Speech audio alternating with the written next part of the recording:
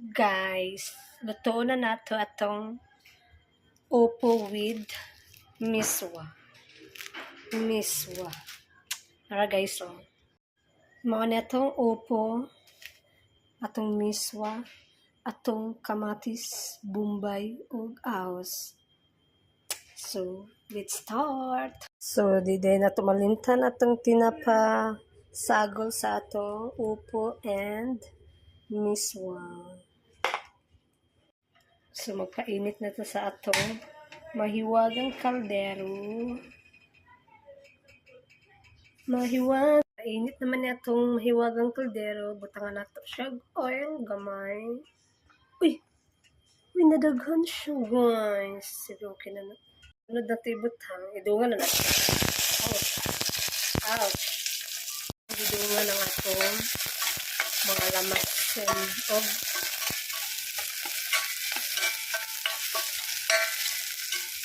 idungan na ako siya guys ha. Okay na siya idungan. Makaon naman siya po. Idungan ako siya asindaan.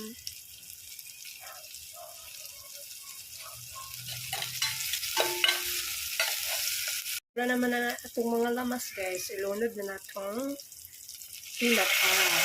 555 sardines lang malakas. Akong akayon. Pikaso natin na siya ang atong tinapa. Ito ng pikas-pikason.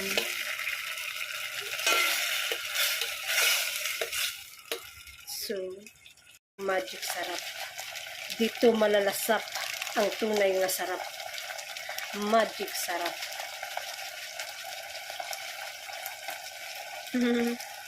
Talaga lang ha. Luto naman na itong tinapa. Butangan natin siya tubig. So, gamitin natin siya para makuha ang sabawan ni gamay.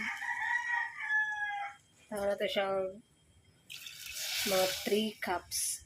Ay, 3 cup aning lata. So, nagmubukal ni siya. Ayan na ito ilunod itong upo. At ning takloban guys, ayan na ito ilunod ang upo at ito sa nang pabukalon. No?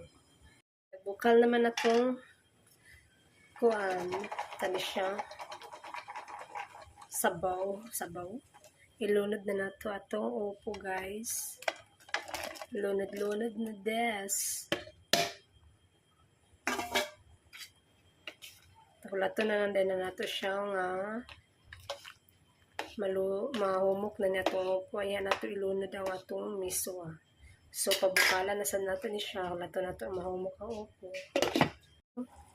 Humok na atong upo. Ilunod na nato itong miswa.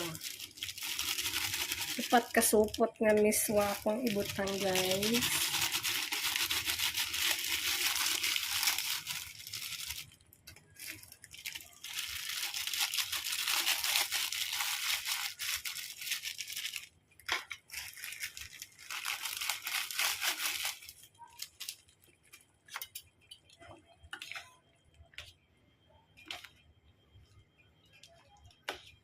So, magulat na lang ko nga maloto na ni siya, no.